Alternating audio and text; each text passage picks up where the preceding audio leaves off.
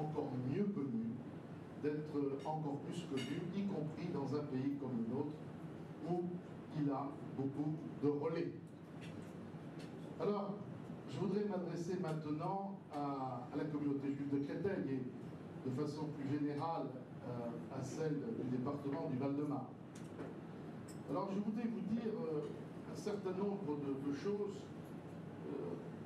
en sentiment que j'ai depuis longtemps et aussi de sentiments aussi que j'ai pu me forger autour de cette soirée en entendant encore une fois des interventions qui ont été particulièrement intéressantes et émouvantes. Alors cela a été rappelé tout à l'heure, la France a la principale communauté juive d'Europe et même, je crois, effectivement, la troisième communauté juive dans le monde, après Israël et les États-Unis. Je voudrais vous dire très simplement que, en ce qui me concerne, je considère que pour notre pays, c'est une chance et un honneur. Une chance parce que les Juifs de France sont particulièrement bien intégrés. D'ailleurs, ce n'est pas un problème d'intégration, c'est qu'ils sont de façon tout à fait naturelle et consubstantielle des citoyens de notre pays.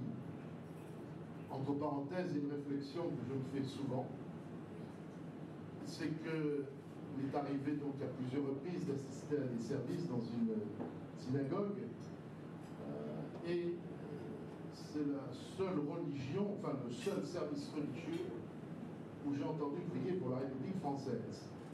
Et donc je crois que ça c'est quand même quelque chose d'important et qui m'a toujours beaucoup touché.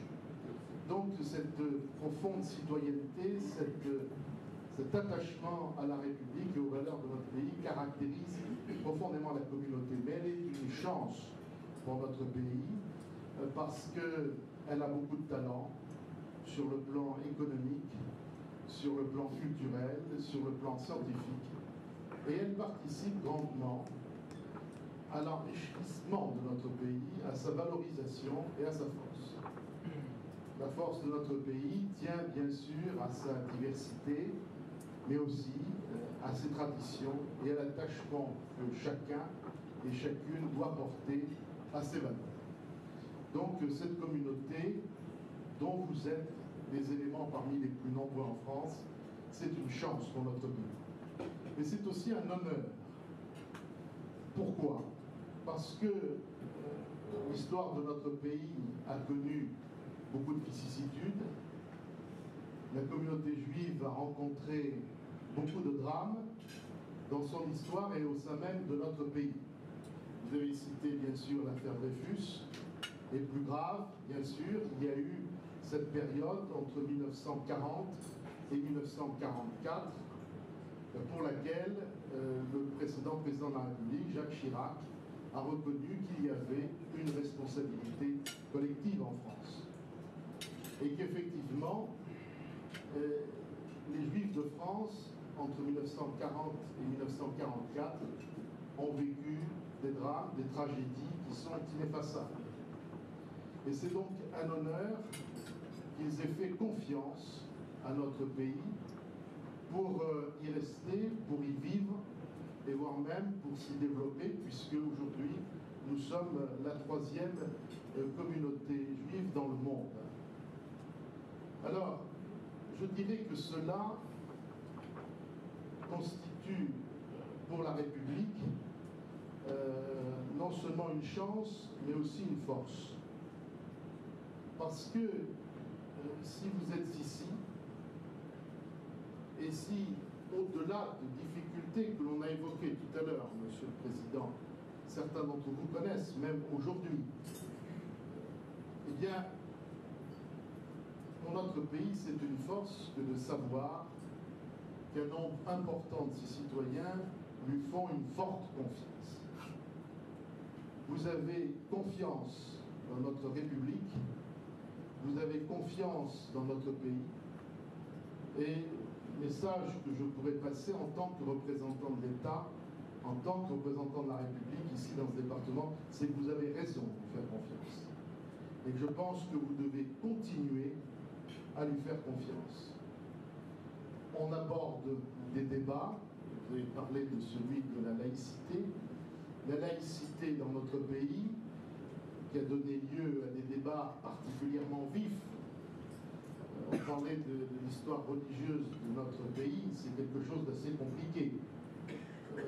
Dans une partie de ma famille qui est protestante, on n'oublie pas 1685, la révocation des Lides Nantes, que Ernest Renan avait qualifié comme plus belle bêtise de l'histoire de France.